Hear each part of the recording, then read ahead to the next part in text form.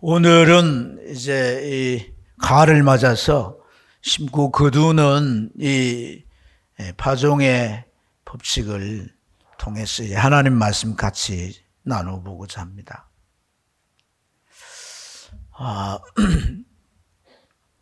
신실하고 또 하나님 앞에 무엇이든 순종하는 그 하나님의 종 호세아라고 하는 선지자가 있었어요. 이 호세아라고 하는 선지자는 우리나라처럼 이스라엘이 남북으로 나누어져 있는데 북왕국 이스라엘의 선지자로 하나님께서 그를 보내셨고, 그래서 이제 북왕국 이스라엘 백성들에게 하나님 말씀을 전하는 그런 선지자였습니다. 그는 이제 하나님 말씀을 늘 전해왔지만은 이번에는 하나님의 말씀을 전하기에 참 마음이 무겁고 또 두렵기까지 합니다. 과연 이 말씀을 전해야 할까? 왜 그의 마음이 무겁고 두려웠을까요? 그래서 전쟁에 대한 소식이었습니다. 전쟁이 일어나게 될 것이고 나라는 그 전쟁으로 말미암아 패망하게 될 것이다. 이러한 이제 소식을 전해야 했고, 그런 소식을 전하기에 앞서서 이 호세아의 마음은 그처럼 무거웠던 것이죠. 하나님의 말씀일지라도 전쟁이 일어나가지고 나라가 정말 패망하고 많은 사람이 죽고 이 나라는 이제 온데간데 없어지게 된다, 이런 말을 한다는 게 누가 그 말을 좋게 듣겠습니까? 오히려 그를 향하여 욕을 하거나 돌멩이를 들어 던지려고 할 수도 있는 거죠.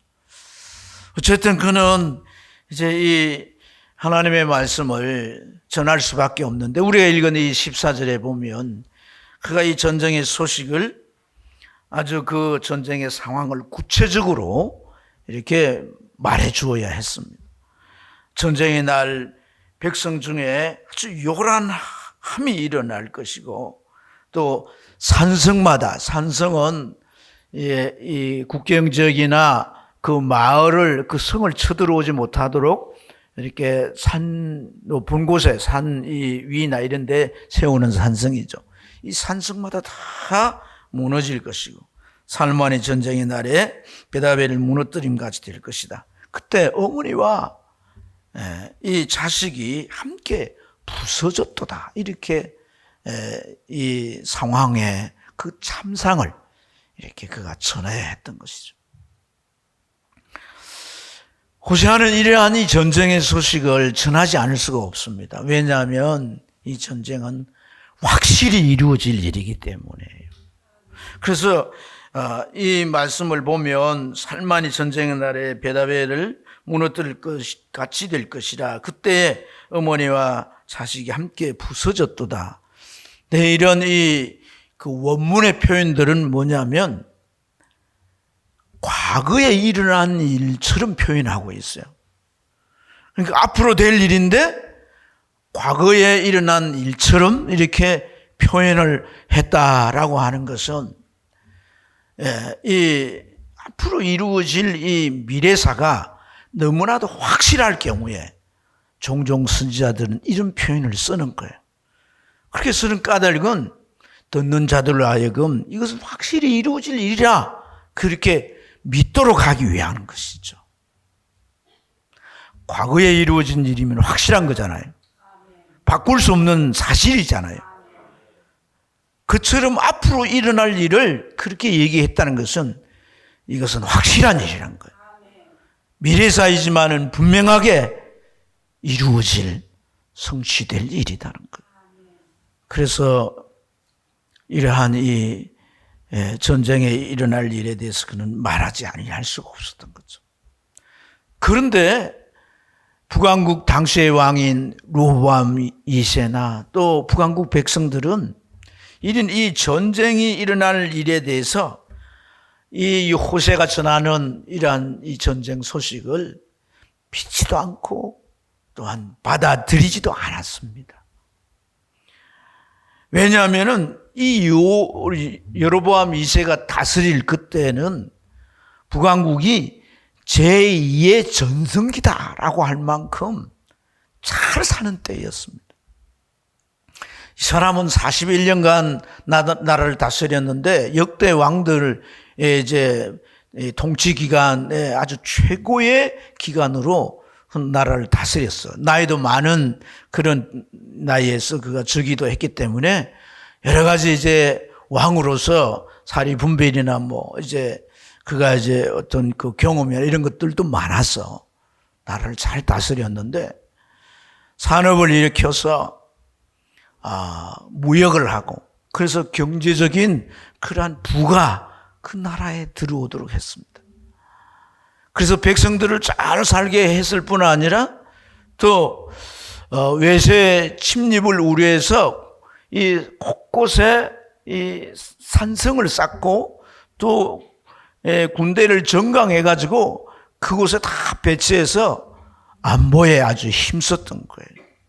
근데 그 당시에는 주변 나라들이 전쟁을 하고 그러질 못했습니다. 왜냐하면 대부분 나라들이 약화돼 가지고 전쟁을 하려고 그런 이제 일들을 일으키진 못했어요. 그런데도 그렇게 할 뿐 아니라 또 멀리 있는 강대국들과 이렇게 외교적인 그런 수완을 발휘해 가지고 화친을 맺고 동맹을 맺어 가지고 그 관계를 잘 유지했습니다. 이런 가운데 나라가 경제적으로 이렇게 부유해지니까 그야말로 그 시대를 일컬어서 황금 시대다 그랬습니다. 이렇게 이들이 나라를 아주 턴턴히 방비를 하고 또 점점 나라의 경제는 더 좋아지고 국토는 개발해가지고 더 잘 살 수 있도록 시설을 만들고 그래서 정말 부족함이 없이 이렇게 살고 주변을 둘러봐도 쳐들어올 만한 나라들이 없고 그런 강대국에서도 딱 굳건한 동맹을 맺었는데 지금 이 호세아가 전쟁이 일어나 나라가 망할 거라고 하는 말을 누가 믿겠어요? 아무도 그 말을 받아들이거나 믿지 않았던 거예요. 그러나 70년이 다 되기 전에 오늘 우리가 읽었던 이 14절에 살만이라고 표현된 살만 에셀 오세라고 하는 아수르의 왕이 군대를 끌고 와가지고 그야말로 온 나라를 초토화시켜 버렸습니다. 이 호세아가 다른 데도 이제 예언들이 있는데 예언한 대로 그 군대는 북왕국 이스라엘을 두루 돌아다니면서 이 산성을 다 부서뜨려 버렸어요. 그래서 각 지역에 있는 성읍들을 다 정복하고요. 사마리아는 3년간 외워싸가지고 결국 그 안에서 무너질 수밖에 없도록 만들어가지고 다 쳐 죽이고 살아남은 사람들은 끌고 가가지고 아수리아 각 지역에 흩어버렸습니다. 그래서 북왕국 이스라엘 완전히 패망한 거예요. 나라가 없어져 버린 거예요. 나라가 없어져 버린 거예요.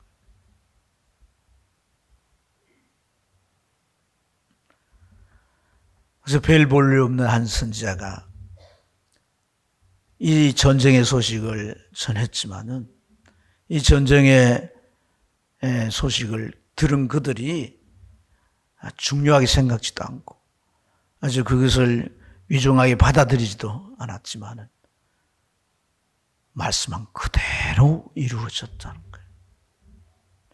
여러분의 애나 지금이나 사람들은 무슨 근거가 자기 기준에서 보이지 않으면 믿으려 들지 않습니다. 하나님의 말씀일지라도 그 말씀이 자기 생각에 그를 끄달았는 느낌이 들지 않으면 반신반의야. 그래서 참 아이러니한 것은 에스겔서 33장 34절에 보면 하나님이 그렇게 말씀하십니다. 에스겔이라는 선지자에게 하나님이 어떻게 말씀하시냐면 이 일이 다 응하게 될 거다. 성취될 거다. 이루어질 거다.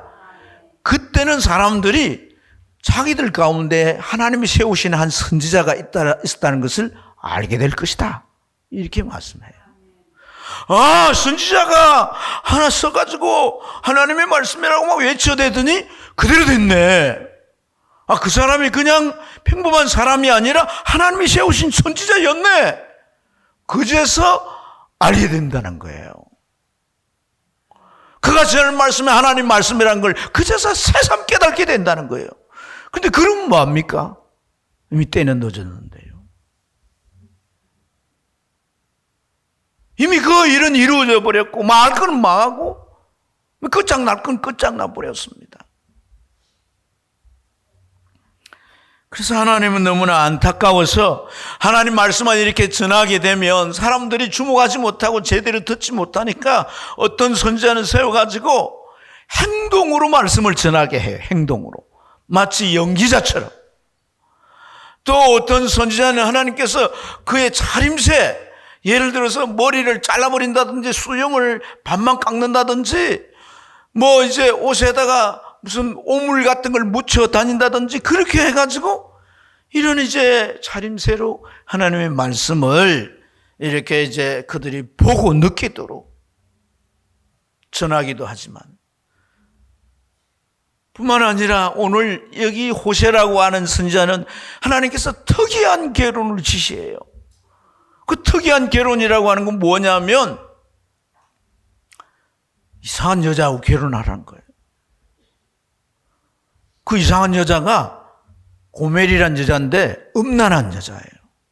타고난 음란한 여자.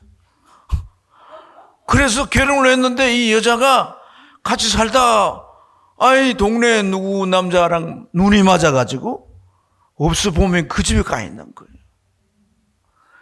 그래가지고 뭐 이제 가서 막 이렇게 변상을 하고 데리고 와서 또 한참 살다가 그렇게 하는 거예요. 이 일을 계속 하는 거예요. 그러니까 호세아가 아내가 그러니까 얼마나 힘들겠어요. 내가 하나님의 이 짓을 계속해야 합니까? 계속해야 한다. 왜? 이 내 아내 고멜의 모습이 오늘날 나를 향한 이스라엘 백성들의 모습이란 거예요. 나를 버리고 우상 숭배하면서 이들은 영적인 음행을 한다.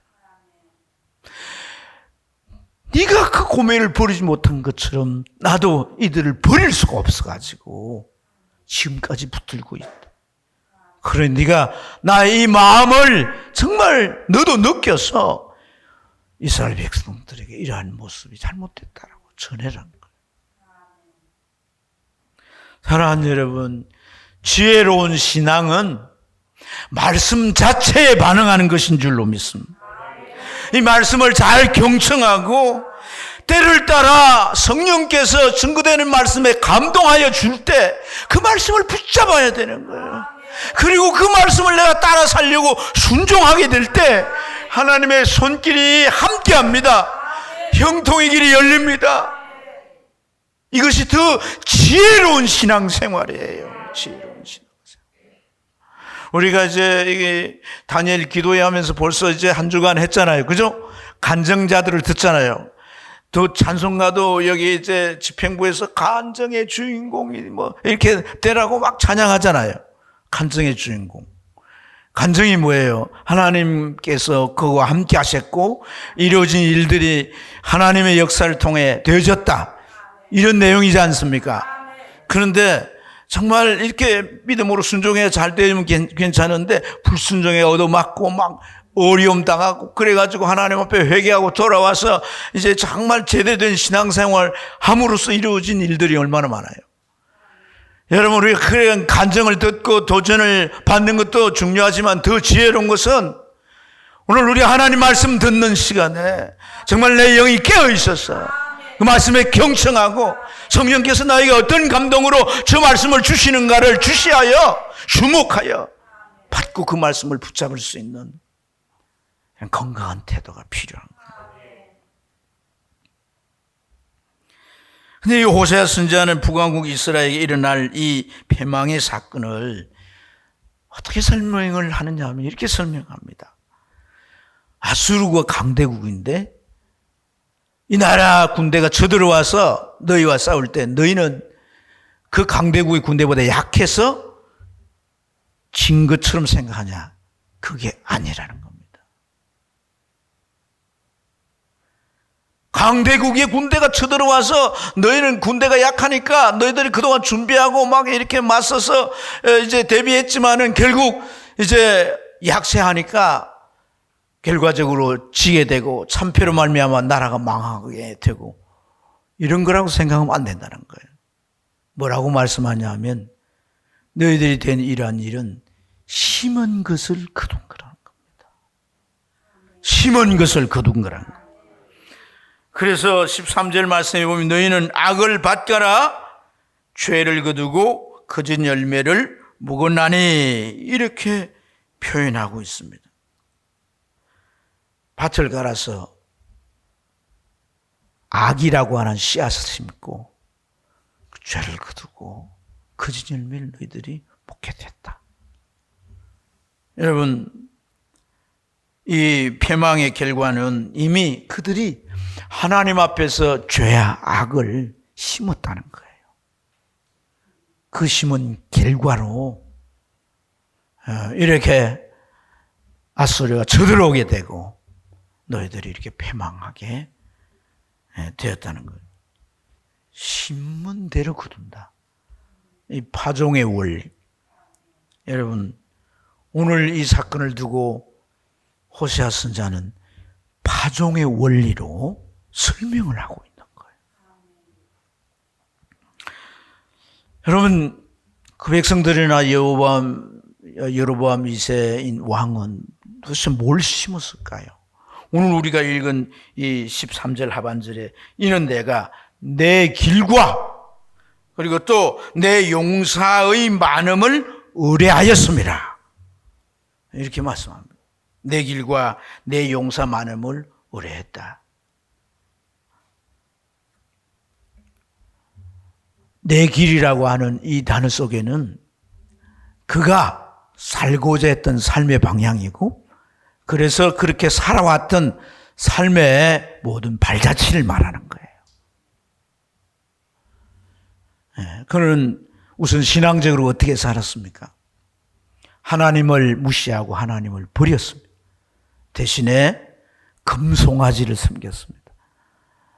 여로보암 이 사람은 몇 세? 2세. 그러면 여로보암 1세가 있잖아요. 그죠? 그래서 남북이 나누어지면서 초대 왕이 누구냐면 여로보암 1세거든요. 그 사람이 금송아지를 베들레헴 곳에 세웠습니다. 이 금송아지는 이스라엘 백성들이 광야에서 모세가 호렙산에 올라갔을 때 섬겼던 우상이지 않습니까? 아론이 그 우상을 만들어서 뭐라고 말합니까? 애굽에서 인도의 너희 신이다.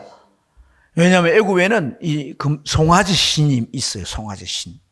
그래서 그러한 송아지 모양의 우상을 만들어 놓고 애굽에서 이 신이 인도했다고 그러면서 섬겼죠. 섬겼는데 그러한 이 금송아지를 이 여로보암 1세라는 사람 왕이 세운 것은 이스라엘 백성이 남북으로 나누어지니까 이제 두 나라가 된 거 아닙니까? 하지만 그들은 하나님을 믿는 신앙이 있었거든요. 그러니까 하나님을 이제 예배하고 안식기도 지키고 절기도 지키려면 어디로 가야 되는 거예요? 예루살렘 가야 되죠. 성전이 있으니까. 그 예루살렘은 지금 남왕국에 있단 말이에요. 그럼 북왕국 사람들이 남왕국에 가가지고 자꾸 이제 거기 가서 하나님께 제사도 지내고 절기도 지키고 이러면은 마음이 하나님과 함께 남왕국에 갈 거 아닙니까?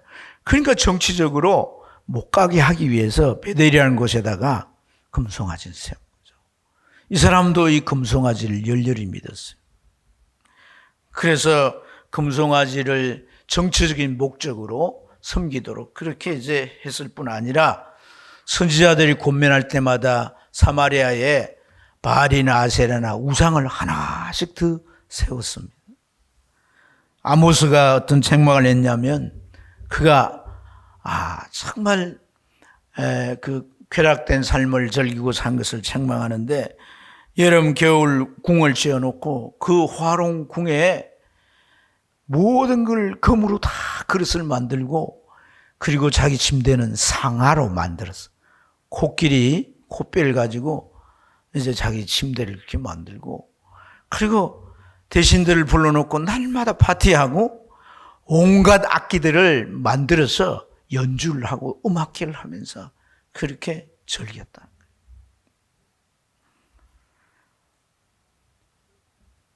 그렇게 하나님을 무시하고 우상 숭배하며 자기 방법대로 그렇게 쾌락을 쫓으며 살아왔던 것입니다. 여러분, 이 여로보암 2세나 당시 사람들이 살아갔던 그 삶의 모습이 세상의 기준으로 볼 때 말이죠. 세상의 기준으로 볼 때는 좀 나쁠 게 없어 보입니다. 그렇지 않겠습니까? 영토를 되찾아 확장을 하고 산업을 일으켜서 이제 육성에 잘 살게 하고 또 외세 침입을 미리 차단하기 위해서 산성을 쌓고 군인들을 더 정대해서 그렇게 나라를 안보를 아주 튼튼하게 했고, 그래서 정말 부족함이 없는 황금 시대라 일컬어지는 그런 시대를 살았으니까 어찌 보면 성공적인 삶이 아닙니다. 자신도 말이죠, 왕으로서 성공했으니까 마음껏 그렇게 즐기면서 산들 누가 뭐라 하겠습니까? 세상의 기준을 보면 잘못됐다 이렇게 말하긴 어려운 문제일 수 있습니다. 그리고 그가 백성들을 그렇게 물질적으로 육신적으로 잘 살게 하니까 백성들은 좋은 왕이라고 생각했고요. 여러분, 오늘 이러한 이 여로보암 2세나 당시 사람들의 모습 속에서 우리는 우리의 면면을 엿볼 수 있어야 합니다. 우리가 부나 지위나 명예나 이런 것을 얻으면 성공했다고 생각하고 그 성공한 것에 우리는 더 의지하려고 합니다. 여러분, 생각해 보세요. 내가 아무것도 없을 때 그때 내가 하나님을 더 찾고 의지했습니까? 집이라도 지니고 통장에라도 돈이 있고 좋은 차도 타고 여유 있은 지금 내가 하나님을 더 의지합니까? 내가 말단으로 있을 때 하나님을 더 찾았습니까? 내가 지금 이제 무슨 장급으로 있은 누가 이제 높여주고 나를 그렇게 인정해주는 그런 위치에 있을 때 내가 하나님 더 찾습니까? 소위 성공이라고 하는 이런 것들을 내가 정말 얻으려 하고 그걸 이루려고 추구하고 노력하고, 그래서 그게 얻어지면 우리는 하나님보다 그걸 더 의지하려고 합니다. 산성을 쌓고 군대를 정설해서 안전하도록 동맹을 맺어서 큰 나라가 쳐들어오지 못하도록 이렇게 방비를 하는 것처럼 우리가 얻은 소위 성공으로 말미암은 그런 것들로 말미암아 우리가 좋은 집에 정말 부족함이 없는 시설을 해놓고 또 우리의 건강도 잘 유지해서 세상의 모든 삶을 즐기고 좀 누리고 살고 싶은 것이 우리 마음속에 있지 않냔 말이에요.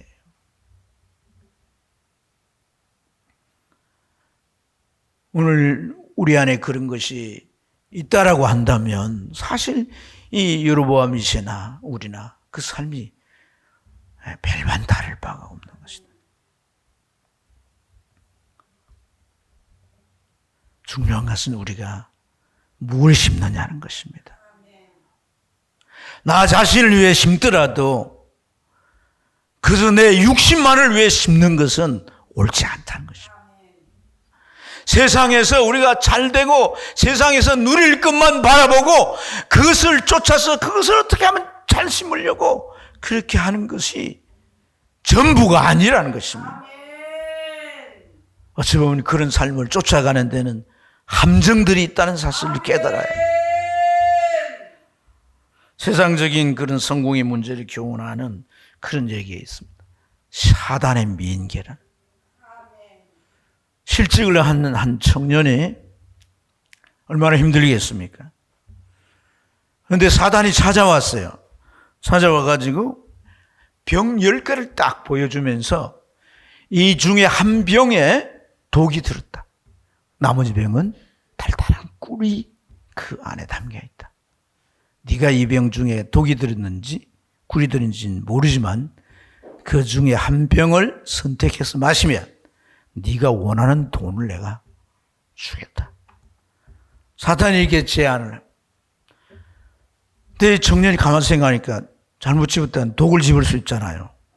그래서 막 끝날 수가 있으니까 두렵기도 하고, 그래서 이제 그 한 병을 선택하면 돈 준다고 하지만은 지울 수가 없습니다. 그래서 사탄은 유혹합니다. 아니 10개잖아. 그 중에 하나를 집는데 확률적으로 얼마든지 네가 꿀을 집을 수 있어. 한번 해봐. 시도해봐. 너 지금 실직도 하고 돈도 없고 너 이제 앞으로 어떻게 살아갈래? 원하는 거 다 준다니까? 그러니까 용기를 내가지고 탁 집었어요.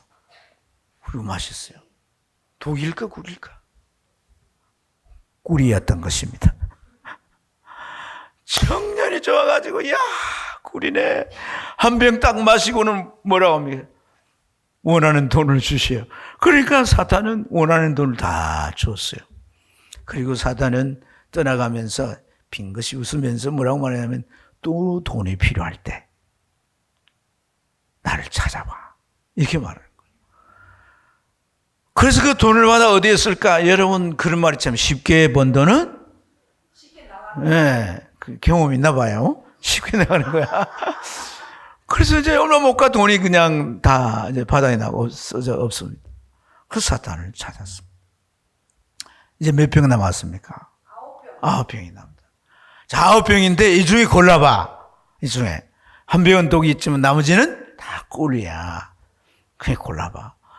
그래서 뭐 이제 돈도 떨어졌고 잘만 하면 이제 꿀도 마시고 돈도 번다. 딱 집었는데 이번에도 독일까 꿀일까? 어떻게 알았어? 꿀이야, 꿀. 그래서 이제 그 청년은 또 꿀을 마시고 돈을 이제 사단으로 받고 그 돈을 가지고 이제 계속 꿀이 오는 거 보니까 나한테 이제 운이 터졌나 보다. 그래서 이제 뭐 그 돈을 가지고 이제 술도 마시고 마약도 하고 젊을 때 인생을 즐겨봐야지. 그래서 돈 떨어지면 또 사단에 가서 하나 집었는데 역시나 꿀이고. 그렇게 세월이 지나서 그 청년은 노인이 되었습니다. 돈이 없고 이제 사단에 가서 또 이제 그 한 병을 잘 마셔가지고 이제 돈을 이제 얻어야 되는데 가봤더니 마지막 2병이 남은 거예요. 2병. 한 병이 꿀이고 한 병은 독이야. 이게 정말 잘 선택해야 되는 거 아니에요. 그죠? 노인이 됐지만 이 청년이 고민이 되는 거예요. 이거 마시면 바로 독일 때는 바로 가는데 어떻게 해야지? 그래가지고 이거다 저거다 이러다가 하나를 딱 집어서 마셨는데 꿀일까 독일까? 꿀이었어요. 야, 내가 이 마지막에도 정말 행운이 오는구나. 나는 정말 재수 좋은 인간이야.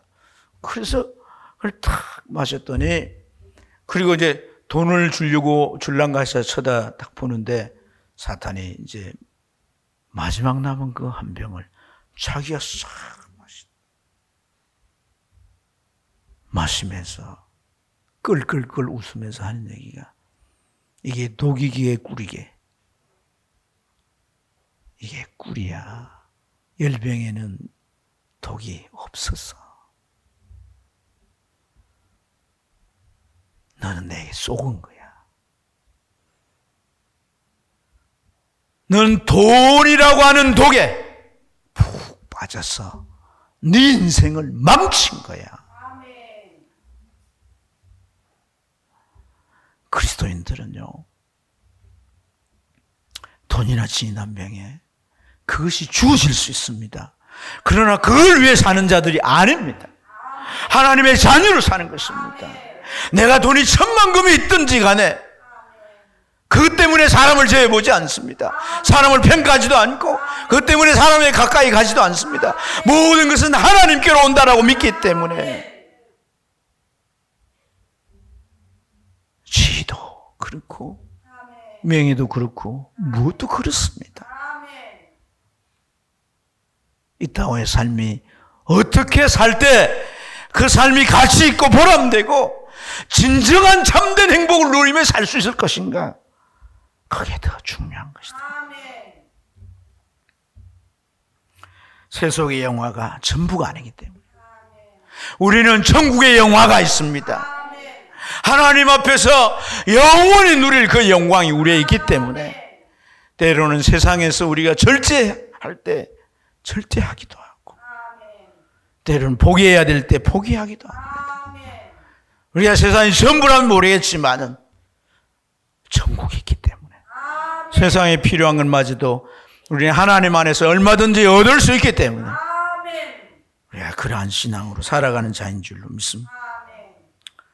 여러분, 우리 신앙 안에는 또 삶 안에 많은 부분에 있어서 무엇을 심고 거두고 또한 심은 만큼 거두게 되는 마치 어떤 약속된 법칙과 같은 그 법칙이 적용된다는 사실입니다.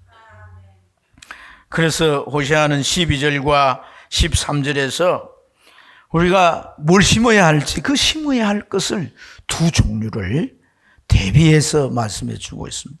12절입니다. 12절은 자기를 위하여 공의를 심으라고 말씀합니다. 이것은 좋은 씨를 말하는 것이죠. 공의를 심으면 하나님께서 인애를 거두게 하신다는 거예요. 의와 인애를 하나님께서 비처럼 쏟아지게 하신다고 말씀합니다. 그리고 13절은 반대입니다. 나쁜 씨죠. 이미 말씀드렸듯이 이제 악의 씨가 이제 거둔 것이 거짓이고 또한 죄라고 하는 열매를 거둔다는 그러한 말씀입니다. 우리가 이제 심고 거둔다는 것은 이 파종의 법칙 아니겠습니까? 자연의 순리가 우리에게 뭘 교훈합니까? 콩을 심으면 반드시 콩이 나는 거. 팥을 심으면 반드시 팥이 난다. 그러니까 일관된 법칙이 있다는 것입니다. 그런데 이 일관된 법칙, 이 심고 거두는 이 파종의 룰이 적용되는 것에는 얻어지는 결과 또한 바꿀 수가 없다는 것입니다. 신앙의 세계에는 마치 인과보응의 모든 사상이나 논리로만 적용할 수 없습니다. 하나님의 은혜가 있는 거예요. 그래서 우리가 잘못했다 할지라도 하나님께서 우리에게 용서를 주시고 우리를 향한 자비와 하나님의 인내하심이 있는 거예요. 하지만은 어떤 영역에서는 이러한 심고 거두는 이 룰이 적용되는 부분이 있다는 것입니다. 성경은 이 부분을 분명하게 말씀해 주고 있습니다. 어떤 상황에 오늘 우리가 심고 거두는 룰이 적용될 때 우리가 뭘 심었냐는 것은 뭘 거두냐는 것으로 바꾸어지지 않는다는 거예요. 호세아는 이 자연의 원리를 통해서 말해주고자 하는 그러한 중요한 본질이 뭘까요? 하나님은 호세아를 통해서 왜 이 심고 거두는 법칙을 통해서 이스라엘 백성들의 멸망을 말씀하셨을까요? 너희들이 이 죄와 악을 심었기 때문에 이런 멸망이라는 길실을 거둔다라고 하는 것을 하나님 이 자연의 원리를 통해서 말씀하고자 하는 그 본질이 뭐냐는 거예요. 이걸 우리가 잘 깨달아야 되는 거예요. 우리가 심고 거둘 수 있지만 궁극적인 궁극의 길실, 궁극의 결과는 우리가 창출해내는 게 아니라는 거예요. 그것은 하나님의 소관이라. 자, 보세요. 여러분, 이 여로보암 북왕국 이스라엘 백성들이 불을 누리고 황금시대를 맞았다 할지라도 70년 후에 그들은 아수르에서 완전히 패망했습니다. 그러지 않기 위해서 그들은 어떻게 합니까? 군대를 더 모집합니다. 그리고 산성을 쌓습니다. 뿐만 아니라 강대국과 동맹을 맺어가지고 그렇게 나라를 안보하려고 했습니다. 그렇지만은 그들은 결과적으로 멸망하고 말았습니다. 이건 궁극의 결과라는 겁니다. 궁극의 결과, 그건 사람이 어떻게 할 수 없는 거란 말이에요. 그건 하나님의 소관이란 거예요. 하나님의 영역이란 거예요. 우리가 그걸 어떻게 대비해서 뭘 한다 할지라도 안 된다는 거예요. 성경은 우리에게 그걸 누누이 가르치고 있습니다. 홍수로 사람들을 멸하시니까 사람들은 홍수에 멸하지 않기 위해서 어떻게 물난리를 이제 물이 계속 비가 와서 많아지면은 높은 곳으로 올라가면 되지 않겠느냐 바벨탑을 쌓습니다. 그 바벨탑을 한층 높이 쌓지만 하나님은 그들을 어떻게 합니까? 언어를 다 바꾸셔서 그 일을 더 이상 하지 못하게 합니다. 정신 차리고 정말 깨달아야 됩니다. 심고 거둔 룰이 적용될 때 내가 뭘 심었냐는 것은 뭘 거두냐는 그 결과를 절대 바꿀 수가 없다는 거예요. 궁극의 결과는 하나님의 소관이라. 여러분, 내가 가지고 있는 것, 이것이 내 마음을 더 안정을 주고 내 삶을 앞으로 더 편안하게 영위해 갈 것이다. 그런 생각하지 마세요. 한순간에 사라지게. 저는 성도들을, 제가 이제 나이가 60대 넘어오면서 제가 26살부터 목회를 했으니까 얼마나 목회를 했겠어요. 그간의 세월 속에서 성도들을 엉망을 다 봅니다. 아무것도 없는, 정말 그냥 뭐 어느 집에 그 배달해 주는 그런 사람이 교회 와서 기도하면서 신앙생활 이렇게 하다가 어떤 일을 맡게 되는데 갈등하기에 제가 가서 기도해 주고 하나님께서 너와 함께 할 것이다. 시작하라. 우리 시작했는데 너무 잘 돼가지고 사장이 되고 집도 하나님의 놀라운 축복이 그냥 순간순간 얼마나 부어진. 그러나 어느 순간에 교만해지고 자기 마음대로 자기 뜻대로 가니까 점점 없어지고 점점 망가지는 것을 볼 수. 궁극의 결과는 내가 하는 게 아닙니다. 내가 창출하는 게 아닙니다. 내가 이만큼 가졌으니 이거 문제 없겠지. 그런 사람들이 교회 바깥의 사람들이 아닙니다. 교회 여전히 다녔어요. 우리가 하나님 앞에 진실해야 되는 거예요. 하나님 앞에 내가 정말 진심을 가지고 신앙생활을 해야 되는 거예요. 내가 이렇게 신앙생활을 해서 될 것인가를 스스로 자문해야 되는 거예요. 네, 오늘 여러분, 오늘 이 호세아를 통해서 하나님 뭘 얘기하고자 하겠습니까? 12절 말씀에 보면 그렇게 말합니다. 지금 곧 여호와를 찾을 때니 너의 묵은 땅을 기경하고, 하나님을 찾고 바르게 심으라는 겁니다. 묵은 땅을 기경하고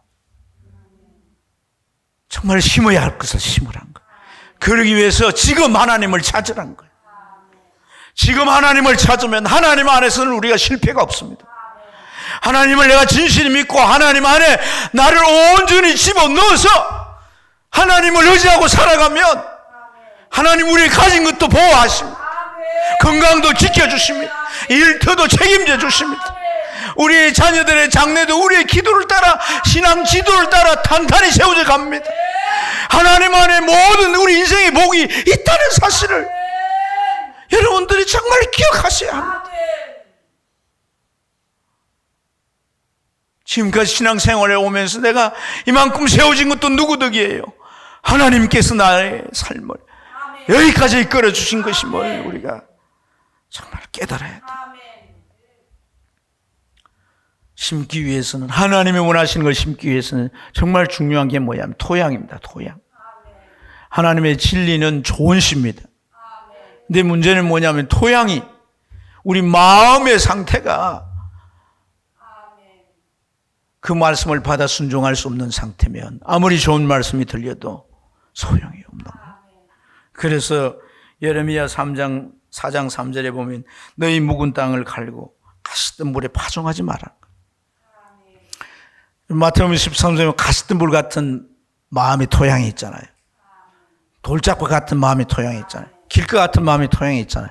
그 씨앗이 아무리 떨어져도 똑같은 씨앗이지만 열매가 될 수가 없습니다. 좋은 땅, 토양이 좋은 거죠.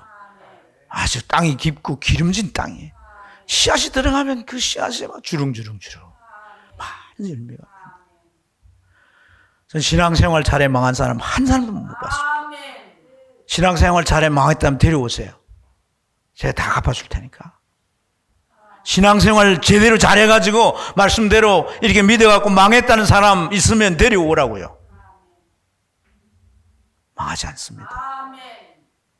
하나님이 창조주가 아니고 역사의 주관자가 아니라면 모르겠지만은 절대 망하게 하지 않습니다.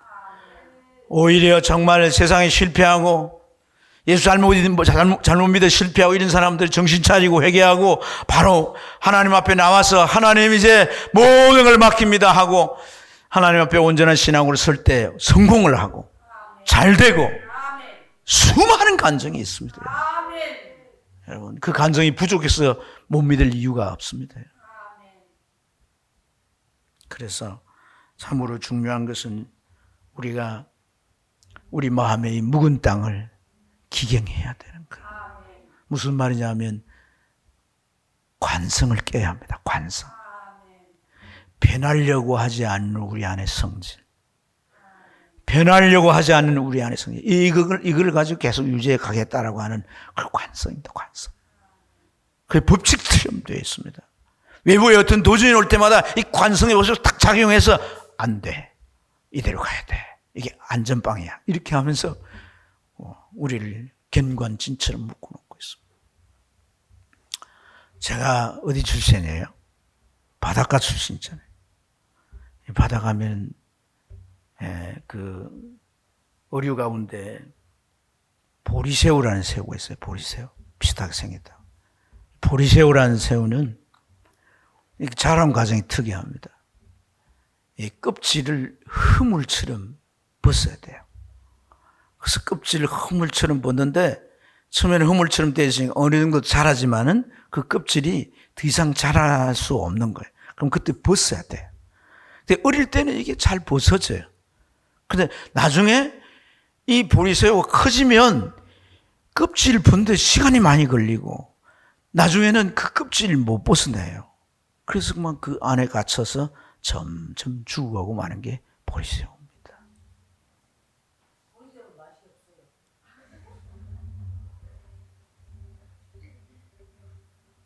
어쨌든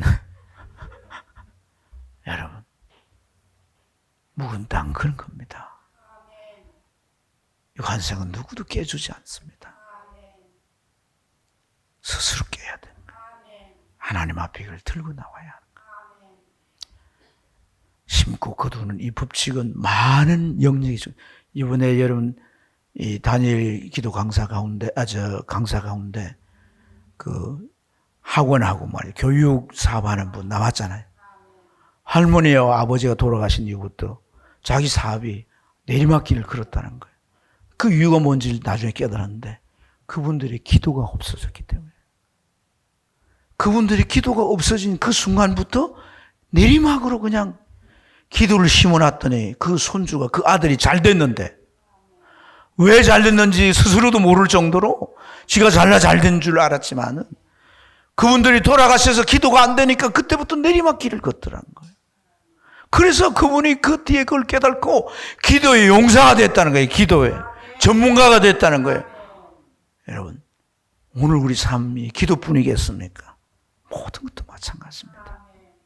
하나님 앞에 드려야 될 거, 하나님 앞에 예배하는 거, 주의를 성수하는 것, 봉사하는 것, 이런 모든 것을 통해서 잘 심으면 하나님께서 거두게 하실 때 하나 심어 하나 거둔 게 아니라 하나님의 방식은 법칙은 30배, 60배, 100배인 것입니다.